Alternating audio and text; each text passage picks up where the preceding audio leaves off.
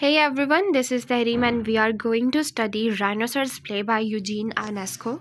So in this lecture we will study the introduction, title, significance, characters, summary, themes, symbolism, important quotes that you will put into your questions and conclusion as well. Let's move towards our lecture. The very first one is the introduction of our lecture. So in this lecture, in this slide we discussed that actually this play was written by Eugene Ionesco in 1959. So rhinoceros जो है ना वो एक seminal work है किसका, एब्सर्डिस्ट theatre का, जिसको लिखा गया था वही मिड ऑफ 20th सेंचुरी. ये क्या रिफ्लेक्ट करता है? ये रिफ्लेक्ट करता है सोसाइटल एंजाइटीज़ को. कौन सी societal anxieties? About conformity and ideologies. Conformity होता है कुछ लाइक इस तरह के रूल्स जो सोसाइटी में बन जाए और उनके ऊपर अनक्वेश्चनेबली उनको अप्लाई करना पड़ता है. क्यों? क्योंकि वो सोसाइटी में रूल्स बन चुके हैं. लाइक इस तरह के रूल्स जिसको आप फॉलो ना करना चाहते हुए भी फॉलो करो. सो ये इस तरह की, और हम ख़ास तौर पे ना इसमें फासिज्म और नाज़िज़्म के बहुत बारे में बात की गई है. जो फासिज्म है ना, ये आप कह लो कि किस तरह का ग्रुप है जो कि एक गवर्नमेंट है ना उसके बीच में एक ग्रुप बनाया जाता है जो कि क्या करता है, उस गवर्नमेंट के अगेंस्ट होता है और वो रूल करता है एक पर्टिकुलर एरिया पे. वो अपना रूल वहाँ पे बना लेता है, वो हम बोलते हैं, और उसका रूलर एक ही होता है जो कि सबको लीड कर रहा होता है. ये हम फासिज्म बोलते हैं. नाज़िज़्म जो है ना, Nazism actually as you already knows that this is about Hitler. Hitler की जो पार्टी थी ना उनको हम नाजीज़म उसकी एक वहाँ से ये वर्ड निकला है क्योंकि उसकी पार्टी का नाम था नाजी पार्टी. ठीक है, वो नाजिस्ट क्या करते थे, वो अपने आप को सुपीरियर समझते थे, लेकिन वो सबसे ज़्यादा, लेकिन जो बाकी जितने भी थे उनको इन्फीरियर समझते थे, स्पेशली ज्यूज़. वो ज्यूज़ को कुछ कंसिडर ही नहीं करते थे. उनके अकॉर्डिंग इन लोगों को एग्जिस्ट भी इस वर्ल्ड में नहीं करना चाहिए. सो इसमें ये नाजीज़म जो है ना, ये एक फासिज्म की ही एक तरह की टाइप होती है, लेकिन इसमें हम स्पेशली हिटलर का नेम ले आते हैं. ठीक है, so it explores existential ideas. Like अब एग्जिस्टेंस पे सिर्फ वही, जहाँ जहाँ एब्सर्डिज्म की बात आएगी सेम वहीं एग्जिस्टेंशलिज्म की बात भी आएगी. सो हम देखते हैं कि ये जो है ना किस तरह ये प्ले जो है ना जिसमें ह्यूमंस की ट्रांसफॉर्मेशन हो जाती है राइनोसर्स में. एक्चुअली राइनोसर्स ना एक एनिमल है जिसको हम उर्दू लैंग्वेज में या हिंदी लैंग्वेज में गेंडा बोलते हैं. ये एक उस तरह का एनिमल है. ठीक है, ये गेंडा है. ये ह्यूमंस जो है ना इस प्ले में राइनोसर्स में कन्वर्ट हो जाते हैं. ठीक है ना. सो ये प्ले जो है ना ये एक्सप्लोर करता है एग्जिस्टेंशियलिस्ट आइडियाज़ को. किस चीज़ के बारे में? About individuality and human freedom. Let's move towards next slide. That is the title significance of it's a very like significant and complex title that rhinoceros. एक एनिमल के नेम पे एक टाइटल दिया गया है. So represent the totalitarian ideologies, highlights the absurdity of transformation, a metaphor for dehumanization. Actually जो title है ना राइनोसरस, ये ना प्रोफाउंडली सिग्निफिकेंट है क्योंकि ये किस तरह, क्योंकि ये प्ले का सेंट्रल थीम है. राइनोसरस जो है ना वो सिंबलाइज करता है मैस कंफर्मिटी को. मैस कंफर्मिटी क्या है? मैस का वर्ड होता है ना मैस, मैसेज, पीपल. कंफर्मिटी क्या है? मतलब इस तरह के रूल्स जिस पे हम क्वेश्चन नहीं कर सकते, but we have to follow these rules as it has made in the society. So इस तरह की चीज़ें जो है ना इनको हम बोलते हैं मैस कन्फर्मिटी, जो लोगों को हर हाल में रूल्स फॉलो करने पड़ते हैं. ठीक है, ये इस चीज़ को डिपिक्ट करता है. ठीक है, सिंबलाइज करता है. जहाँ पे इंडिविजुअल्स जो है ना वो अबैंडन करते हैं अपनी आइडियोलॉजी को टू ज्वाइन द हर्ड.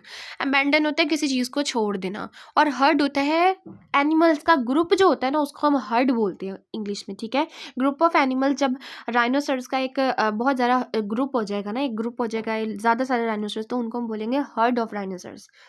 ठीक है ना. तो यहाँ पे क्या है कि यहाँ पे प्ले में क्या देते हैं हम, इंडिविजुअल्स जो है ना वो अपनी आइडेंटिटी को छोड़ देते हैं. किस चीज़ के लिए? Just to join the heard.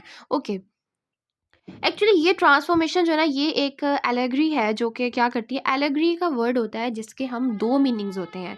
एक उसका लाइक लिटरल मीनिंग होता है और एक उसका सिंबॉलिक मीनिंग होता है. किस तरह? लाइक राइनोसर्स का एक मीनिंग क्या है?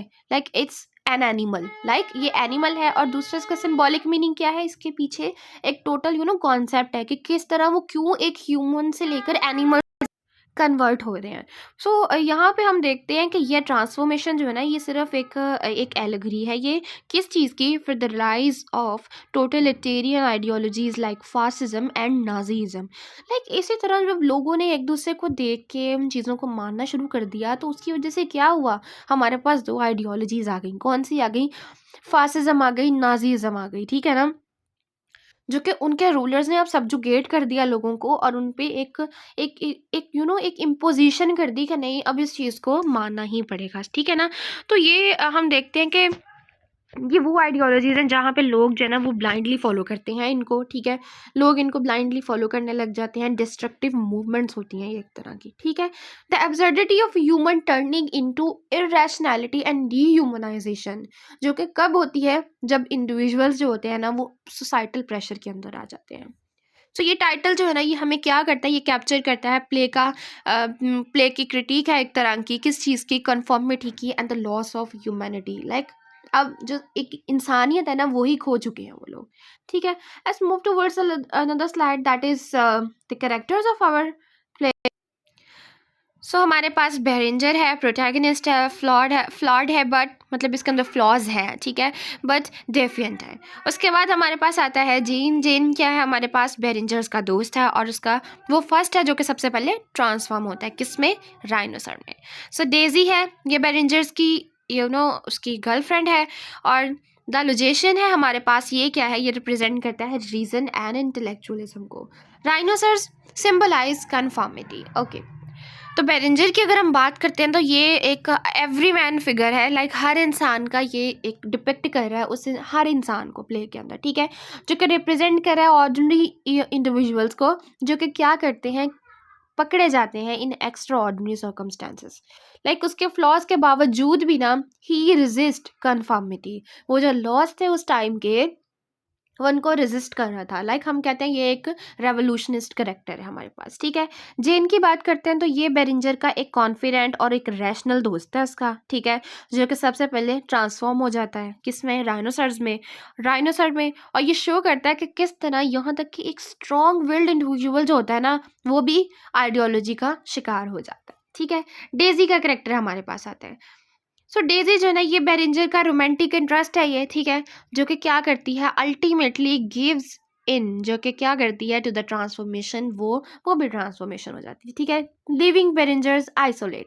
अब वो क्या करती है? जब वो ट्रांसफर हो जाती है राइनोसर में, तो वो छोड़ देती है बेरिंजर को अकेला। पहले उसका दोस्त चला गया, अब उसकी बिलवर्ड चली गई।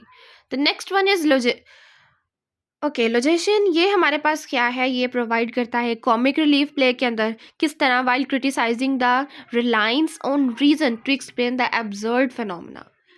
सो the next one is rhinoceros. ये रिप्रेजेंट करते हैं कलेक्टिव लूजिंग इंडिविजुअलिटी को, और किस तरह? Embracing herd mentality, reflecting societal conformity. So again and again एक ही चीज़ को बार बार एक्सप्लेन किया जा रहा है, बार बार उसको एलैबोरेट किया जा रहा है। Let's move towards the summary of this play. So in this play, begins in a small town. A rhinoceros disrupts the peace. People start turning into rhinoceros. Beringer, the protagonist, resists transformation.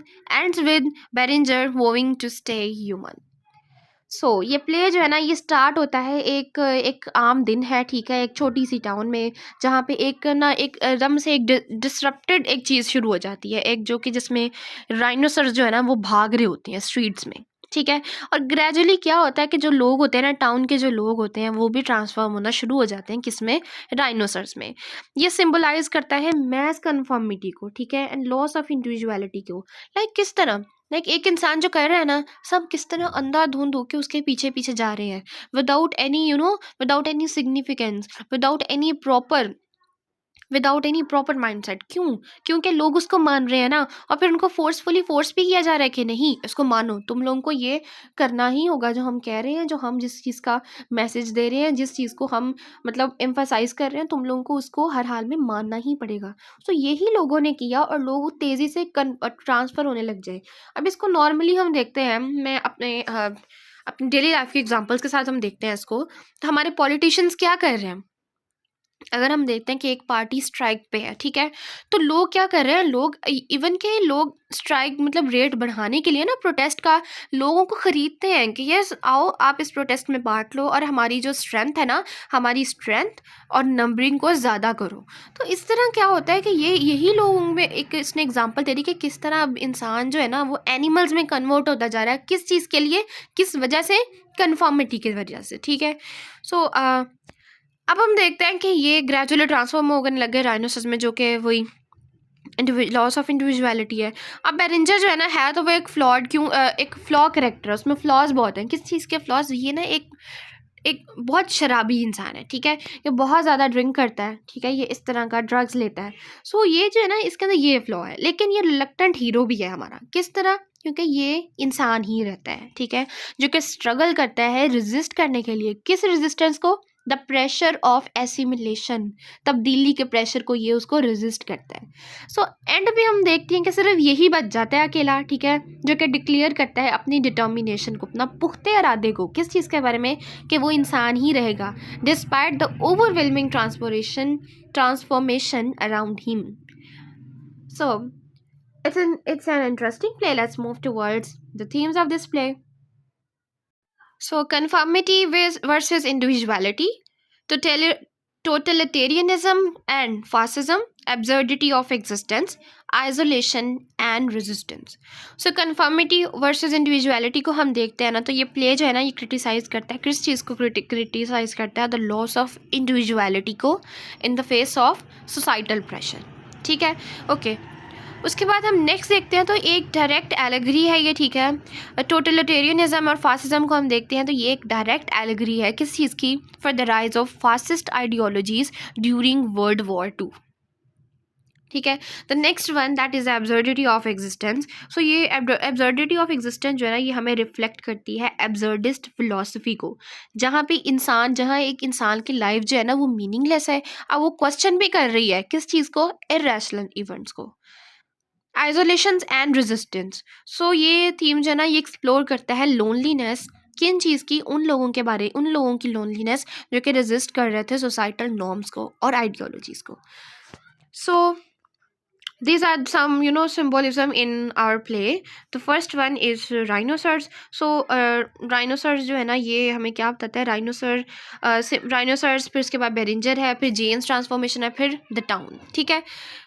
सो अब हम देखते हैं कि राइनोसर symbolize करता है वो spread of totalitarian ideologies like fascism, जहाँ के लोग जो हैं ना वो अबेंडन हो रहे हैं, वो छोड़ते जा रहे हैं अपनी इंडिविजुअलिटी को। क्यों छोड़ रहे हैं, सिर्फ वो हर्ड को ज्वाइन करने के लिए, सिर्फ उन ग्रुप ऑफ पीपल को ज्वाइन करने के लिए, ठीक है ना। तो बेरिंजर हमारे पास यहाँ पे सिंबलाइज करता है रेजिस्टेंस को, स्ट्रगल करता है टू मेंटेन एक इंसान की आइडेंटिटी को मेंटेन करने के लिए। अगर हम जीन का कैरेक्टर देखते हैं तो वो हमें क्या करता है, वो ट्रांसफॉर्मेशन शो करता है किस तरह की, किस तरह आइडियोलॉजीज़ जो है ना वो सिड्यूस करती हैं, यहाँ तक कि एक इंसान डिटर्मिनेंट भी हो ना, एक पुख्ता इरादे वाला इंसान भी हो, वो उसको भी ट्रांसफॉर्म कर देती हैं। टाउन, द टाउन जो है ना वो रिप्रेजेंट करती है सोसाइटी को, ठीक है, कि किस तरह सोसाइटी जो है ना वो वो स्कम्बिंग है, क्यों, to mass hysteria and group think को, ठीक है। The next one is important course. So ये इंपॉर्टेंट कोर्स जो है ना ये आप अपने क्वेश्चंस में पुट कर सकते हो। इन इम्पॉर्टेंट कोर्स ये हैं भी शॉर्ट और ये इजी टू लर्न है, लाइक अंडरस्टैंडेबल है। सो अब मैं इन एक एक कोड को एक्सप्लेन करूँगी। The first one is people who try to hang on their individuality always come to a bad end. ये रिफ्लेक्ट करता है सोसाइटल प्रेशर को, और किस चीज़, societal pressure to conform and the danger of resistance mass ideology. The next one, I don't want to be a rhinoceros, मैं rhinoceros नहीं बनना चाहता। It symbolises the protagonist struggle to maintain individuality, किस चीज़ में, इस दुनिया में। तो ये कौन सा है हमारे पास, ऑब्वियसली ये हमें पता चल गया, ये बेरिंजर है, ये उसका कोट है। The next one is we need to go beyond logic and find the truth. अब हमें लॉजिक के बहुत आगे जाना पड़ेगा, क्यों, क्योंकि हमें अब सच पहचानना है। So it highlights the absurdist rejection of reason as the sole way to understand existence. Next one is, it's a very powerful quote, that humanism is dead, कि इंसानियत मर चुकी, ख़त्म हो चुकी है। So it expresses despair ये हमें मायूसी दिखाई देती है over the loss of moral and culture values in in modernism, in modern man, in absurdist society, in existentialist society. So let's move towards, the last slide, that is our conclusion. So to cap up the whole discussion into short, we can say that rhinoceros जो है एक powerful allegory है जो कि critique करती है conformity को और seduction of destructive ideologies को. ये celebrate करती है कि किस तरह resilience जो होती है ना एक individual की, एक इंसान की, like Benninger जिस तरह हम play में देखते हैं, जो कि क्या करता है, जो कि defy करता है mass movements को, लेकिन also acknowledge करता है the frugality of human nature को. ये प्ले जो है ना ये एक्चुअली एक एम्बिगुअस था क्योंकि इसकी एंडिंग जो है ना वो इनवाइट करती है रीडर्स को कि वो रिफ्लेक्ट कर सकें अपना खुद का role in resisting societal pressure. Actually ये प्ले पढ़ने के बाद ना या ये लेक्चर सुनने के बाद हम खुद क्वेश्चन करने लग जाते हैं कि हाँ हम कहाँ एग्जिस्ट कर रहे हैं, what we are doing in this world, like what we are supporting, like हम क्या सपोर्ट कर रहे हैं, हम किसको सपोर्ट कर रहे हैं और हम कहाँ खड़े हैं. So this is all for our lecture और for today. Thanks all of